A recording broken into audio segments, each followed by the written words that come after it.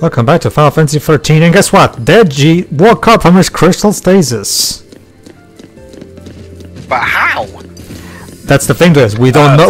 I just set my alarm clock. That's the thing to us. Unfortunately, we don't know what his focus was because, again, the goddamn Falsi didn't tell us. But somehow he did complete his focus without even knowing what it was.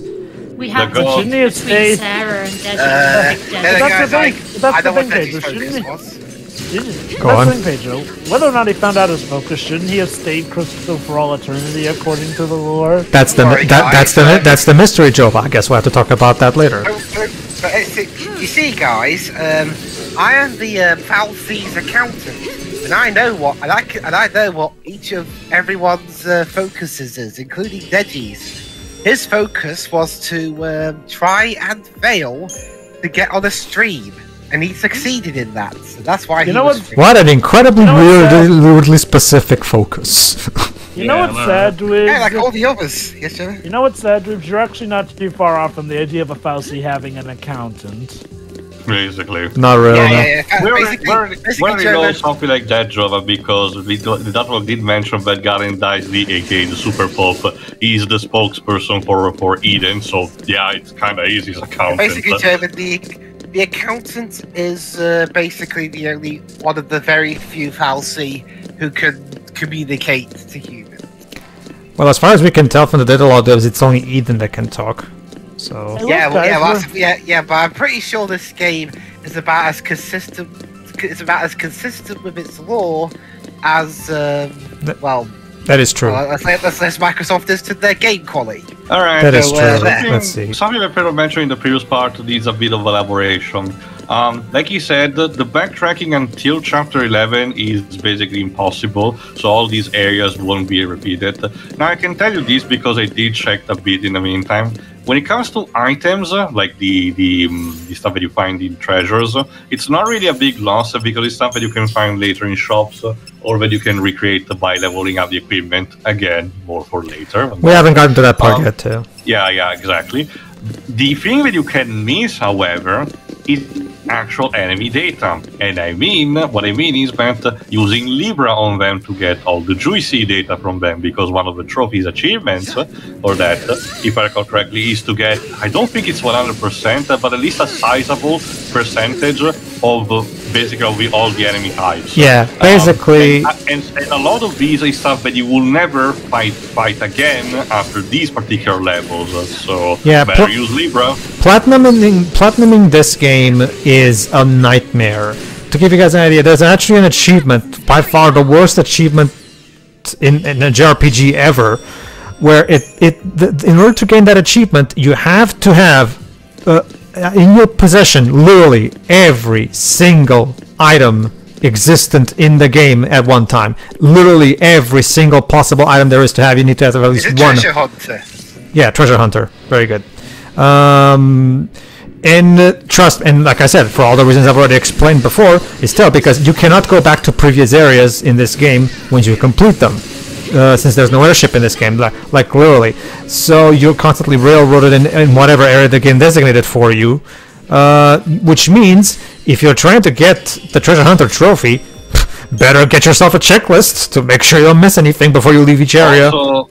Also, while I do agree that it's the most ball-busting of this game, trust me, Pedro, there are some JRPGs with other, more bullshit kind of trophies. The first that I can come up with is something that came around the same time. Again, the aforementioned Star Ocean The Last Hope, whereas one of its trophies is tied to 100%ing each character's I think it's called either accomplishments or, character trophy list. Similar to the Tales of Games, some Tales of Games, the characters do possess a set of personal challenges that they can complete, as in deal enough damage to a target, defeat a particular type of enemy a number of times, something like that.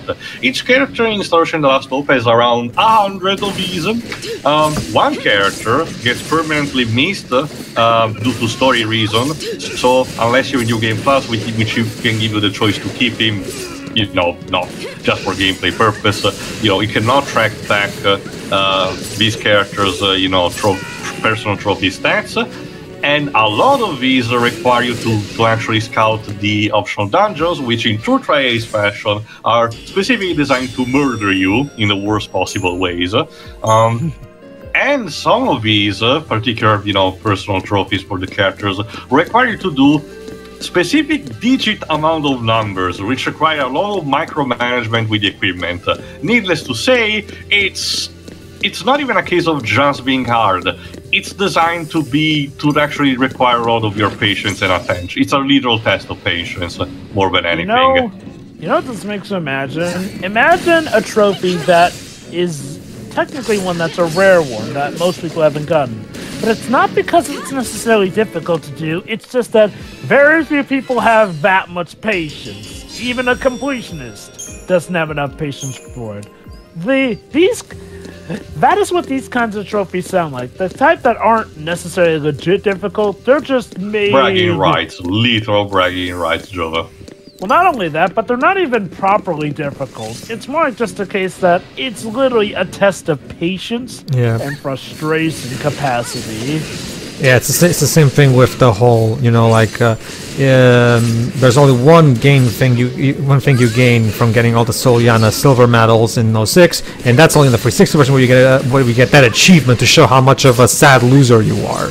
Like, this is even worse because Treasure Hunter is literally guys, look at that! I got Treasure Hunter. Huh? Okay, what a moron! Like it really is one of the. That's great. You were so careful enough that you managed to somehow hold every single item in the game there. It really is one of those. Final Fantasy 13 of all. It gives you no sense of achievement whatsoever. It really is. It's like they couldn't come up with better ways. But anyway, we're about to get to the next boss, so... Yeah. Oh, goody. That may be a good time for me to bring up again something with the stagger gauge. But, yeah. Cutscene.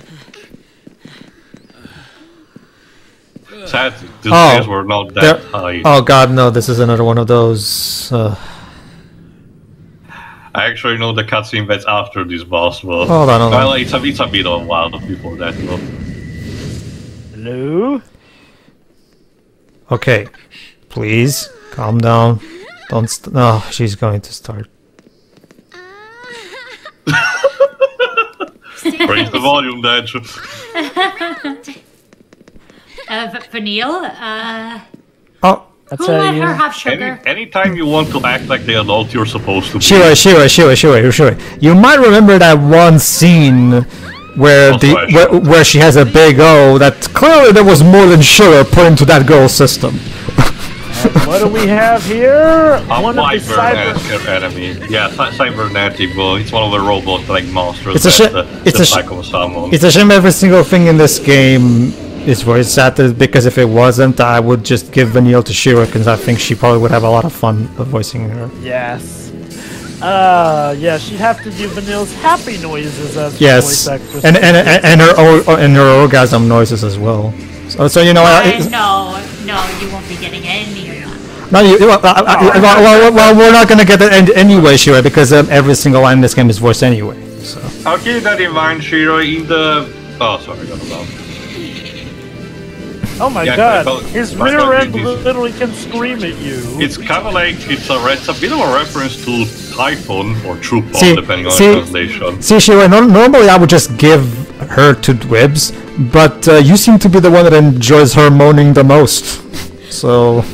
What do you mean enjoy? I don't know. Well, every time she goes on those, like, she seems to laugh. So... Yeah, because it's ridiculous. Tio laughed at it too, so maybe you should make him voice her. Normally I would... No. Shira. Vanille's voice is more fitting than yours. Yes, Tio. Barrel tossing does not suit you. Come on.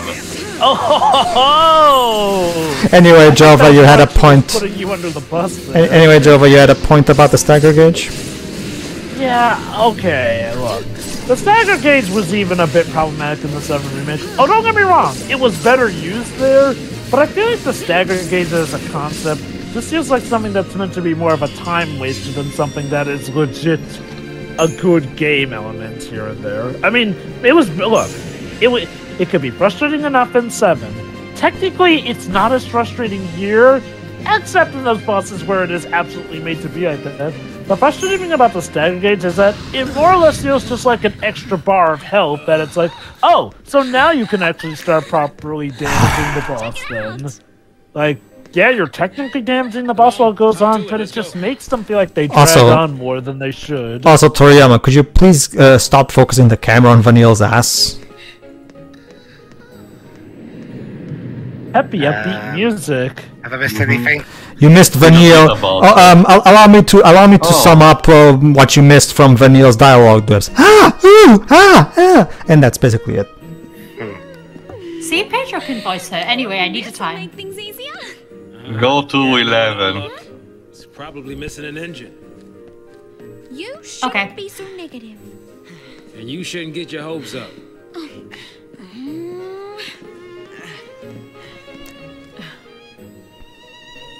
Anything to contribute, Lightning? Her sister has I wonder was been that. crystallized. And go. And for some reason, there's an owl over there in the background. I'm sure it's not important. Let's just ignore that. Back to Snow. Who's still trying to dig Serah out? Of course. Pokemon Snow and Pokemon Water. Pokemon Rain. Well, if there wouldn't make more sense for a gen to be fire and water instead, or fire and ice. That's what the first gen technically is for the West. Well, it's just red. Well, it's red and blue, or red and green, or red and green if you're in Japan. Fire and water, your star. Yeah, not necessarily. No. I mean, no. It's literally Charizard for Fire Red as the mascot, and Blastoise for Pokemon Blue as the mascot. Fire and water. I guess. You gonna lend me a hand or what? And then they shoot him.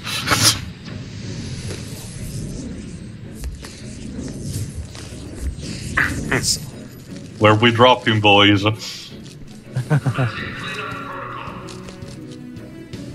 Clean up. Let me help. Yeet! That's just 3 crowbars taped together. Well, I don't knock even down know what 3 that guys. All right, and of course, being snow, let's do this. Zinka's blazing. And apparently we're in the Matrix. Yeah, okay, that's the thing though. Yeah. All I'm just had to say this. His fists are shotguns are useless against them. Oh crap! Apparently. You know who Snow reminds me of? Me. Instead of thinking about stuff, I just go full guns blazing and whack the enemy. Exactly. There you go, Dwebs. Here's another one. Like, if this game had non-voiced lines, I would just give Snow to you then. Again, I'm just gonna take note. Honestly, I thought you were gonna give me Vanille. Well, no, I would actually. You see, this introduces a new mechanic. In a moment of desperation, or in their last, moments, let's see, might need just a bit of conviction, and each of them has something inside to give that boost. The problem is that it's kind of a sink or swim situation, as you will say. Basically, every time LSC gets in a desperate situation, an Eidolon, aka a summon spirit, if you prefer, in this comes case, out. it's Shiva in the form of 2 sisters. Yes, for whatever reason, they decided to turn Shiva into the Shiva sister. It's an interesting idea. Don't get me wrong. Just to do something different with Shiva, but There's just one little problem about these summons, though. You literally have to earn their trust. Well, to be fair, that's summon them. Sorry. As soon as you summon them, they try to murder you. Well, to be the first time. Well, to be fair, you can say this game's equivalent of what would happen in the older Final Fantasy games, where you have to beat summons to be able to earn their power and shit. No, true. The thing is, this first one is technically fine. As the tutorial says, all you need to do is to actually not having to deplete a health bar, but instead filling in their Gestalt bar, which will actually trigger their trust, technically, at that point. And it's encouraged to do with the roles a character is more proficient with. In the case of Snow, it's literally the roles that he has, as in Blaster, Sentinel. as in... Sorry? Sentinel, too. Basically, Well, Sentinel, he has only 3 rolls, so the most probably is easy Sentinel. Oh. But again, this one is actually relatively easy because you Yes, Theo. tutorial. yes, Theo, but read that last line. Defensive rolls are effective against the Shiva. So yeah, you're supposed to use Sentinel. I already got that. But yeah, first of all, they cast you Doom, so you have a very limited time, so no pressure, swear on me mom. But here's the thing, every single idle fight after this is gonna be grating to your teeth in some way or another. Some are a bit easier than others, but every time one shows up, you're gonna be cursing through the game because they represent a sudden wall that you have to overcome, you know. And I can pinpoint when it will become, you know, important. 3 particularly, that will be basically the bane of your existence. That's the But thing this too. one, again, for the purpose of the game, this is fine. I can tell too that they made them a lot easier in easy mode. Well, I guess we'll see in due time. It's like, okay, so yeah, like I was saying, yes, the primary strategy to proving yourself with the Shivas is by using the Sentinel role to use Steel Guard to, again, for those who forgot, basically it enhances your defenses. It basically turns you into an immovable rock that cannot be damaged. We'll talk about that bit that Troy Baker did. Yeah. Well, we can talk about that later. That's only because it was filmed. That's why I asked. I was planning on doing that when we get to Ground Pulse, but Okay. that's where that bit happens. But anyway, Sure. the idea is this: every time one of the sisters attacks you, if you're using Steel Guard, the Gestalt Guard will raise considerably. So yeah, that's what the game expects you to do. Constantly spam Steel Guard, and you'll eventually win. It's that simple. Did the soldiers just leave? Like, They got annihilated by the Shiva sisters once they arrived. And that's why now they're actually focusing their attention on you. Although if you saw the cutscene also showcased there was another group led by a couple of characters that decided to, deliberately withhold fire and just see what happens. Excuse me, sister, this fight seems to be taking a while. Yeah, actually that's a good point keep to attacking mention. him more and maybe something will happen. Believe it or not, this concept of Shiva splitting in two will be revised for the more modern Dissidia games, particularly Opera Omnia, where when you actually fight Shiva, will deplete her Elbar, she actually splits into two when you have to deplete her. Also, I'll give Shiva this. Theirs is one of the better redesigns of summons. Because let's just say, for all the some hit and others are misses, bad, but here you go. summons- When you reach the Gestalt bar and you activate it, the Eidolon peaks and transforms into the form that's more convenient to the user, in this case, a motorcycle. Okay. What? Okay. So I won't lie. When I first saw this concept, I thought it's pretty cool. Yes, summons can become mounts essentially that you can Transformers. use in battle. More than meets Meets the... the- Oh, she's RC. Well, I mean, in Persona 5, a Persona is a motorcycle. Hold on, Jova's about to drop the other shoe. However, for as cool and awesome as this does seem, Bonk. yeah, there's of course a caveat to it. And who you might be. I gotta hand it to you for taking I guess we'll have to find out way later in the game. Might come a time you wish you'd let him end it and made things easy.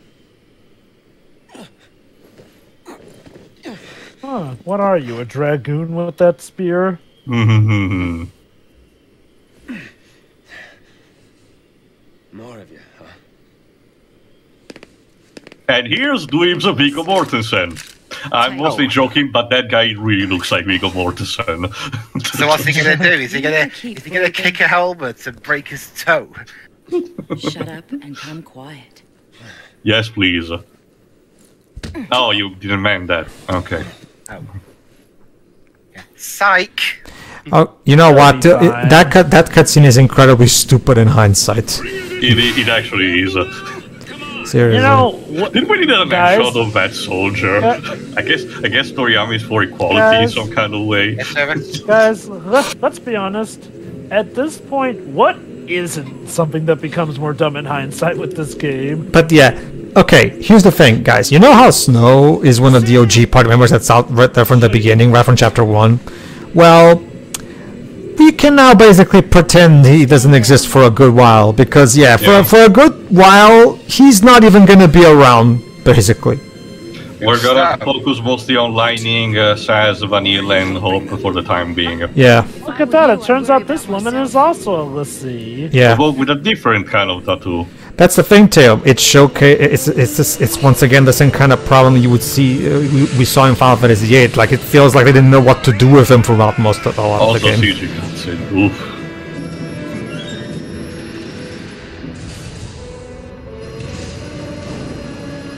Oh, and apparently this world has the same air raid sirens as 1940s London. That's the thing. Nothing on Cocoon is natural. It's interesting you say. It's interesting you say that, Webs, because never tell me the odds. Yeah, never tell me the odds. Yes, Major. It's interesting you say that, Webs, because according to the developers, in order to appeal to a Western audience, they wanted Cocoon to feel like America. Which is bullshit, considering the concept of a title shell is more European. I remember with the flight cars.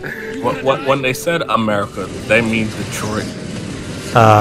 They didn't specify a state, if that's what you're asking. Also, that I can assure you that for the aesthetics that they went for Cocoon, it's more European based than American based. Yeah, definitely more European based. Like, honestly, Square did not seem to know half of what they were talking about when it came to trying to sell this game to the audience. Oh shit. So that character we just met, to whom we don't know the name yet, she's voiced by Rachel Robinson, who isn't Australian, funnily enough. She's actually from Los Angeles. Yeah, that's the character Please mentioned a couple of parts ago. So, fake Australian. And yet, again, yeah, I understand. Her Australian accent is better than Vanille's. You mentioned that. Who is the actual Australian? Again, I'll be fair to Georgia. In that case, I blame mostly the direction because I don't know of. I've never seen any character in any other work of fiction that talks like that. Yeah. Honestly, I think Vanille's accent is fine. The character is still annoying, though. If I recall correctly, the characters are going to receive a bunch of information. For me, it's more so the voice rather than the accent. I find her voice so obnoxious. Hold on, I think we're actually going to have the Super Pulp talking now. Yeah, here. To their new homes on Pulse. Listen to this, Deji, when he shows up. Yes, that is correct. Hold on. The enormity of the strain the Purge placed on us all. But given the tens of millions of lives at stake, there truly was no alternative. Primarch Daisley stood by the move. Did you actually recognize that voice, Deji? When asked about the possibility no, I was trying to think. That's called Bullock, aka Hades from Kid Icarus Uprising. What? Yeah, okay. That's right.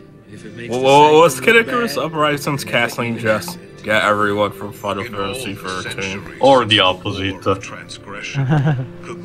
Remember when Veronica Taylor was originally going to be Paulatina? It is essential to maintain. Ali Hillis was fine. So. I wanted to say, it does fit for the character that Daisley is supposed to be. You'll see later. I will say this though, I preferred Hades as a character. I mean, that's no crap. not how the voice actor fits. Who is this guy? Oh no, Hades is kind of awesome, kiddo. What do they teach kids these days? He's gallant. I don't know, Saz. We don't. I also love how they treat Saz, just because he's the more. No, that's the thing. That's the thing, Shiroi. Believe it or not, that's actually one of the few instances where this game can do exposition well, because for reasons that we'll learn later, it actually does make sense for Vanille to ask that question. Although, back to my talk about the whole world-building problem here. That's the thing about this world. We never see what this world is like in its more calmer moments here and there. Like, remember how in Final Fantasy VII, before everything went to hell, we at least got an idea of what life was normally like. Yeah, that's what I said earlier. Constantly in danger mode. Where's the video? What if this world was always there like you go. that? Speaking of lore building, that's the literal sun of the inside of Cocoon, the Falsi Phoenix. Yeah. Like I mentioned, nothing about this world is natural. Even the sun is technically a giant Falsi who flips on and off essentially. Again, it wants to reinforce again the whole idea of gods as machines. It's like this. See, yeah, like Jova said, yeah, like we never get a proper normal state to actually give the sad periods weight because they're aside from maybe the 13 days prologue stuff. Supposed to... Hold on, I think the next cutscene is the important one, or is it that, or is it after that? Define important. For the voice acting groups. Oh. Also, it helps the story. Yeah, I think it's out. All right, Lives and Oh, here we go. Get ready to be amazed. Alright, time for one. Listen. Yes. Well, remember, Joe, it's after the battle, though. It's not yet. It's after the battle. Okay, yes. Sorry. Alright, alright, Deji, and Whips, prepare yourselves because Georgia Van Kuhlberg, aka Vanille's voice actress, is about to give her raise the roof. Raise the performance of a lifetime.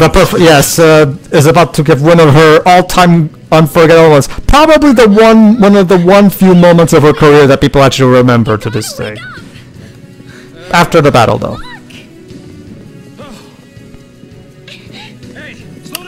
Alright, also the previous, if you correctly, these battles serves to tutorialize also the saboteur and synergies jobs. I guess the monsters were just waiting for them to wake up and join the fight.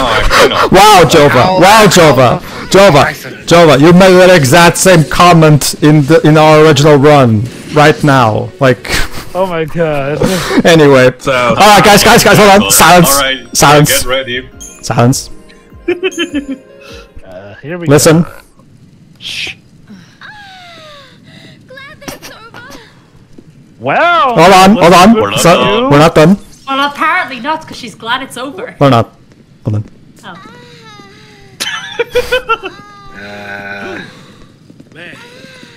Oh my god!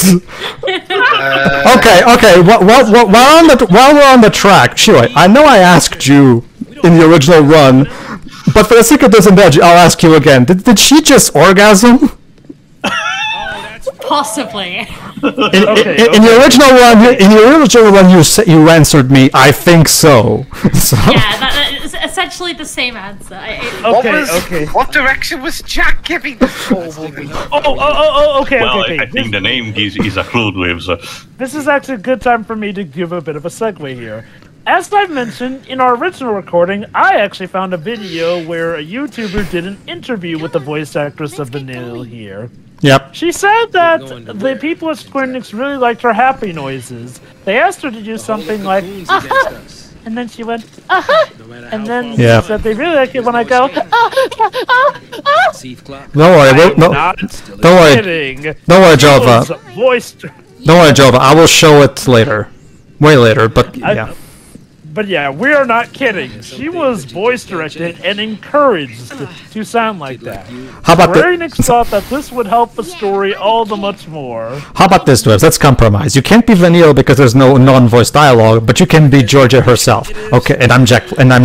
Okay, Georgia, here's what I want you to do right now. I want you to get on the mic and act like you're having the biggest orgasm of your entire life. Excuse me? You see, she's supposed to be seeing a sigh of relief. However, considering Vanille is an over-the-top, overly happy character, we need to exaggerate it. Are you quite sure happy means... Look. Mr. Toriyama told me that we have a very specific vision for Vanille's character, so... You know, I'm glad you're one of the most popular voice directors with voice actors, otherwise I'd be going, what? Yes, Joe. So here's another problem at the game showcasing here. Notice how the party is splitting up into smaller pieces here? Yeah, get used to that. They like to do that a lot. Now, again, not something unheard of in Final Fantasy games. Here's the thing, though. Hold on, Joe, I have to stop you. I have to stop you. They just said that Pulseless are mortal enemies of Cocoon. There you go. Don't worry, Pedro. I took a drink ahead of time. Honestly, it's kind of been a while since that's been mentioned, surprisingly. Don't worry, Joe, but there will be others. Anyway, though, but yeah, yes. There have been party split-ups in Final Fantasy games before. The difference? Usually that's after we've seen a good amount with the party in full altogether. Oh, well, yeah, sure, there were some bits where they would split up, but those were only momentary bouts here. Here, it's for most, if not... okay, yeah, most Sometimes of the game. arbitrary, so keep in mind, after the encounter ever since the encounter with Anima, Hope hasn't done jack shit in battle. So where am I going with this? Well, the game will want you to believe that these guys are the best of friends by the end of the game. I'm not even kidding. It's kind of a plot point and everything. The problem? These characters don't get nearly as much time to be around everyone each other, to, interact or actually grow proper bonds, because most of it is spent off doing this or that here and there. And it's like, why even? Like, look, for as much as the problem people may have had with the first Scooby-Doo movie, despite the gang splitting up, they still spent time together on the island, essentially. So you could get how they eventually reunited. This, though... Well, it just adds to the characters hating each other here and there, having dreary and dark moments, and not feeling like the plot gets anywhere. And yes, we do build off some bonds with characters, but that's the key word, some. When it comes to trying to get us to believe that they're the best of friends in the game, this game fails. It's because... the writing was kind of on the wall. Yeah, basically. To expand upon what Joe was saying earlier, here's the thing. The reason you need to start stories in where the characters are in their happy/neutral period is so you can give the depressing parts of the story meaning. Otherwise, it wouldn't mean jack shit. The reason Anne of Green Gables starts with everybody perfectly fine and especially Anne happy is so that the later parts, when sad stuff happens, actually does carry weight. Whereas there's a reason why David Cage's stories are so overwhelmingly bleak and make you just not enjoyable, because David Cage's stories are on constant sadness mode.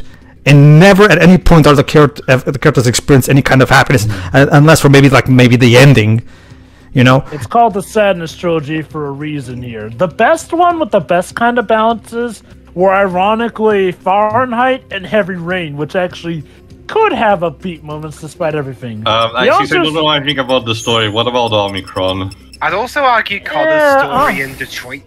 That's the thing. That's the thing too. Omnicron is like the default thing that you can say for, has there ever been a good David Cage game narrative? No, I'm just just talking about the story in the terms where you talked about, as in, does he start positive and then the conflict arises? Not from what I've played. That's the thing. Like the structure of Omicron is very weird, because you're literally playing as David Bowie's character in a world, and you're just kind of figuring out this mystery. So it's kind of a different type of story for him. Well, again, I know nothing, so I'll just trust you on that. It's a world where David Bowie plays a video game character. Well, remember, Jova, he's the one voicing the protagonist in that game. Yes, that was the point of the game. But anyway, no, I mean, Beyond Two Souls is like one of the quintessential examples of that's the perfect example. I'm gonna make this world incredibly dickish and evil to justify everything my Mary Sue, main character, does. Yeah, your Salad Bar explained that in his review of Beyond Two Souls. That Beyond Two Souls is literally sadness simulator, and that's why it's bad and doesn't work, because if you don't have happy moments to balance out the sadness, it becomes emotionally exhausting for the audience, and the audience just checks out and just stops caring. Getting an emotional reaction out of the audience is more than just having sad scenes. But go on. Speaking of caring, guys, thoughts on the game so far? Well, we're stuck in what's quite possibly one of the most boring dungeons in the entire game. So I've not been paying attention at all. There are one or two good-looking scenes, but unfortunately, and Satch is cool, but unfortunately, it's kind of bogged down by almost everything else. And while the music isn't bad per se, I wouldn't exactly call it up there with Final Fantasy's best or anything. No, Again, not really. There will be a good time to talk about the soundtrack. Trust me, Dweebs, and we'll be able to discuss on that. That's what I was going to say about it anyway. That being said, Dej, what do you think of Vanille's moment? Since you haven't voiced your thoughts on that. Why? Exactly. That's our good question. The better question, Dej, is why not? My theory. How old is she supposed to be? Vanille, how old is? Alright, Terry, you check while I tell this. I don't. 19. 19. Okay then. Okay. See, that's the thing. Technically, less creepy. Well, I had a theory. Technically, she's the adult while Hope's the lone teenager then, which is weird. Okay, now that because raises a whole bunch of questions then. That's the thing, though. A lot of the other scenes have been treating her like she's one of the kids, too, as have been the characters as well. Well, to be fair, from Saz's perspective, they are. Because Saz is in his late 30s, so... I'm also talking about Snow and his posse, though, have treated Vanille like she's one of the kids as well. I don't know. Like, that's the thing, that while we're on the topic of referencing the original run, my theory in the original run is that someone was eating her out while she was saying her lines, because it's the only way this delivery makes any goddamn sense to me. Sure. Seriously, because that delivery doesn't come across by accident. Someone was either eating her out, or Jack really did something weird to Georgia during that recording. I don't know what it was, but clearly that was not normal. That's the thing, though. Apparently, Jack Fletcher is a really popular director amongst voice actors, and I've heard a lot of games that he's voice directed, and for the life of me, I can't exactly put my finger on why. I mean, most of his dubs are perfectly fine, so most of his voice directing stuff has been perfectly fine, but no better than most others. And there are quite a few times where I'm like, I do question, how the hell's this guy been going on when he gives direction like that? It's like I mentioned, Wibbs, this game kind of had a bit of Sonic Adventure 2 syndrome in the case where the Japanese side of Square Enix decided that they should be overlooking the localization process. It was. To the point where they were calling some of the shots with the voice direction. As in, think about it like this. Imagine Jack essentially being the bridge between Square and the actors, essentially. Oh, sure, Jack's technically in charge of localization and voice direction. However, if, say, Square thought, actually, we'd rather do it this way, he would have no choice but to direct the actors that way. It's like how in Sonic Adventure 2, Yuji Naka thought that he would make a better voice director than, the actual English voice director. It's Hence why actually you get a lot of bugged. the characers saying random and it was like Japanese that in words. Metroid Other M as well. For That particular mentality, I can staying in Square, that's the exact mentality that bogged down the English dub of the Dissidia games, which is a shame because they involve a lot of good, great voice actors. Although it's to be noted, I think that I referenced multiple times in the past, it seems that still Square Enix has some kind of black magic working on when it comes to English voice actors, because one, most of the ones that actually passes through them for one reason or another, they get at least some kind of minimal boost in their career, if not a proper propulsion. And two, they usually don't really have much to complain, and if offered the chance, they come back to reprise their roles later on. Remember the whole voice actor strike? It's true that it was mostly directed towards Western companies like Activision, or Ubisoft, but Square Enix was not really mentioned in the whole affair. So it seems that they have a good plan of treating their actual English voice actors, which is at least some kind of consolation prize, at least when it comes to this game. But also for the final thing before we finish the part, keep all those notes in mind about which person should voice which character. In the, unlikely, at least for the time being, eventuality that I get to record the CD of Omnia, the characters all need to voice voices for that one. So, of course, I'd probably be the one to voice Lightning, as you've mentioned. Well, we shall see in due time. See ya. See ya. See ya.